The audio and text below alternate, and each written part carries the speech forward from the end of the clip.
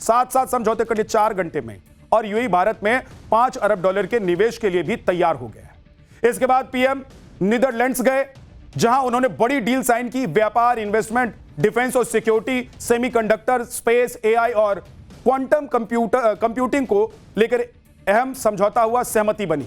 भारत और नीदरलैंड्स के बीच green hydrogen को लेकर भी डील हुई। इसके अलावा नीदरलैंड्स और भारत डिफेंस सेक्टर के टेक्नोलॉजी ट्रांसफर पर बातचीत करने को राजी हो गए।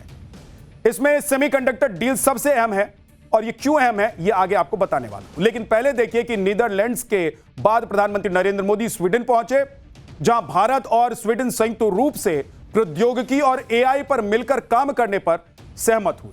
इसके अलावा भारत और स्वीडन के बीच अगले 5 साल में द्विपक्षीय व्यापार और निवेश को दोगुना करने पर भी सहमति बनी। स्वीडन के बाद पीएम मोदी नॉर्वे पहुंच गए, जहां उन्होंने एक नया रिकॉर्ड बना दिया। पिछले 43 वर्षों में किसी भी भारतीय प्रधानमंत्री का यह पहला नॉर्वे दौरा है, और इस वक्त प्रधानमंत्री नरेंद्र मोदी का नॉर्वे दौरा इसलिए भी बेहद अहम माना जा रहा है क्योंकि नॉर्वे तेल और गैस का अकूत भंडार है। भारत को अपनी ऊर्जा जरूरतों को पूरा करने के लिए नॉर्वे से तेल और गैस की जरूरत है, ताकि हॉर्मूज की नाकेबंदी की वजह से आया संकट दूर किया जा सके। इसके अलावा दोनों देशों के बीच एफटीए पर डील संभव मानी जा रही है। इन सब में सबसे अहम भारत और नीदरलैंड्स के बीच हुई सेमीकंडक्टर डील मानी जा रही है, जो कहा जा रहा है कि सबसे ज्यादा अहम है, क्योंकि नीदरलैंड्स की एएसएमएल कंपनी सेमीकंडक्टर चिप बनाने वाली मशीनें बनाने में एक्सपर्ट है। दुनिया भर में इसी कंपनी की 80% मशीनों से चिप बनाए जाते हैं। अमेरिका ने जिस तरह से नीदरलैंड्स पर दबाव डाला है कि वो चीन को सेमीकंडक्टर चिप बनाने वाली मशीन ना दे, उसके बाद नीदरलैंड्स को भी एक नया मार्केट और बाजार चाहिए था, और उसकी यह तलाश भारत ने पूरी भी कर दी। सुनिए इस डील के बारे में पीएम मोदी ने आज क्या कहा। कुछ ही समय पहले एएसएमएल और टाटा के बीच एमओयू हुआ। अब एएसएमएल की इक्विपमेंट से भारत में सेमी कंडक्टर चिप बनेंगे। आज आप सभी की बातों में भारत के प्रति ऑप्टिमिज्म साफ दिखाई दे रहा है। इस ऑप्टिमिज्म को आउटकम में बदलना ये हमारी गारंटी है। आज जब मोदी स्वीडन में थे, तब मदर ऑफ ऑल डील्स की चर्चा एक बार फिर से पूरी दुनिया में हो रही थी, और इसी साल 27 जनवरी को यूरोपियन यूनियन के 27 देशों के साथ भारत ने यह एफटीए किया था।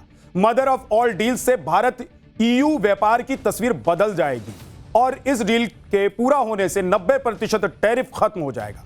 इसके तहत ईयू भारत से आने वाले 99.5% सामानों पर और भारत ईयू के 96.6% निर्यात पर टैरिफ घटाएगा। आज मदर ऑफ ऑल डील्स की स्टेटस रिपोर्ट खुद ईयू की अध्यक्ष उर्सुला ने दी। उन्होंने ऐलान किया कि ईयू और भारत ने वाकई अपने ऐतिहासिक व्यापार समझौते को सफलतापूर्वक पूरा करने में कामयाबी हासिल कर ली है। उन्होंने इस डील के लागू होने की टाइमलाइन भी बता दी और कहा है कि दिसंबर तक इसे लागू कर दिया जाएगा। एक बार सुनिए। We succeeded indeed in concluding our landmark trade agreement. We call it the mother of all deals. And just look at some of the figures. A shared market of over 2 billion people, that is close to 1/4 of global GDP. Over 90% of tariff cuts. Enormous opportunity to grow trade and investment.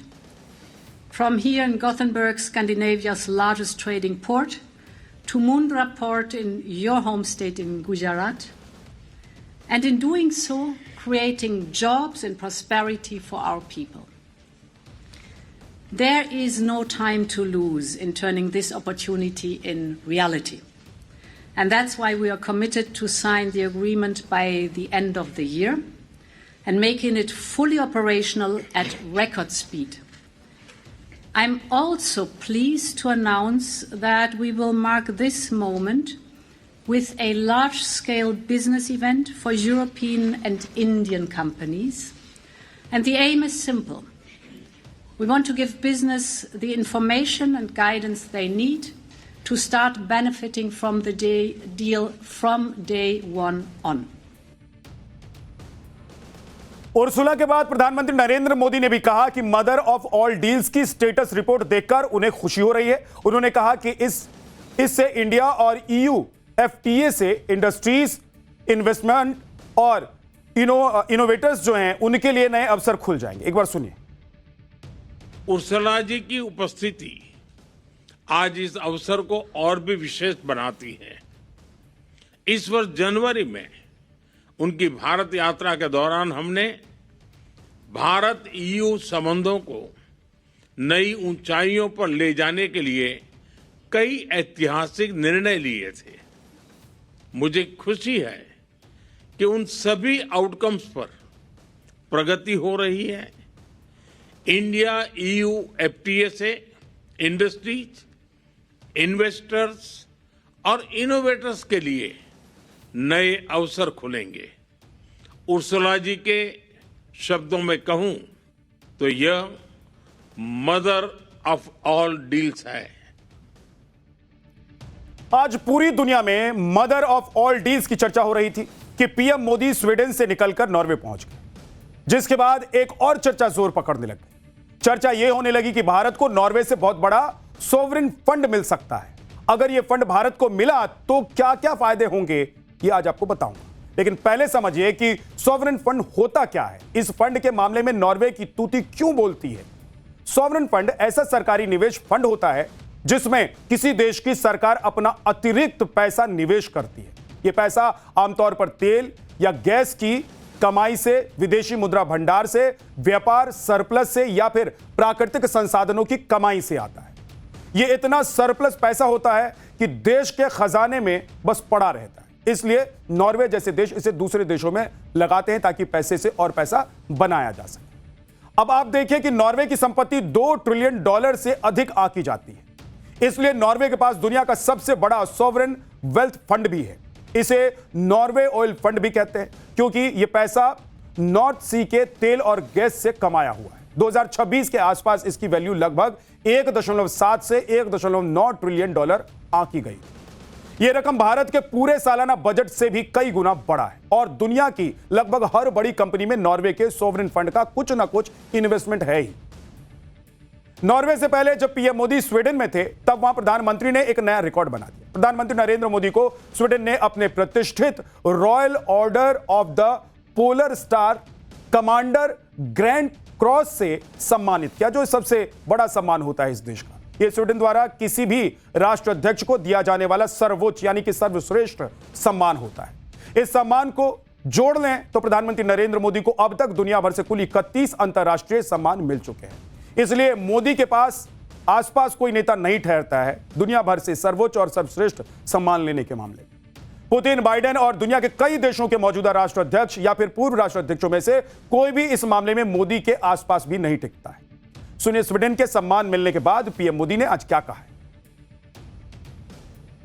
कुछ समय पहले मुझे Sweden के royal order of the polar star के सर्वोच्च सम्मान से सम्मानित किया गया। ये सिर्फ मेरा सम्मान नहीं है, यह 140 करोड़ भारतवासियों का सम्मान है।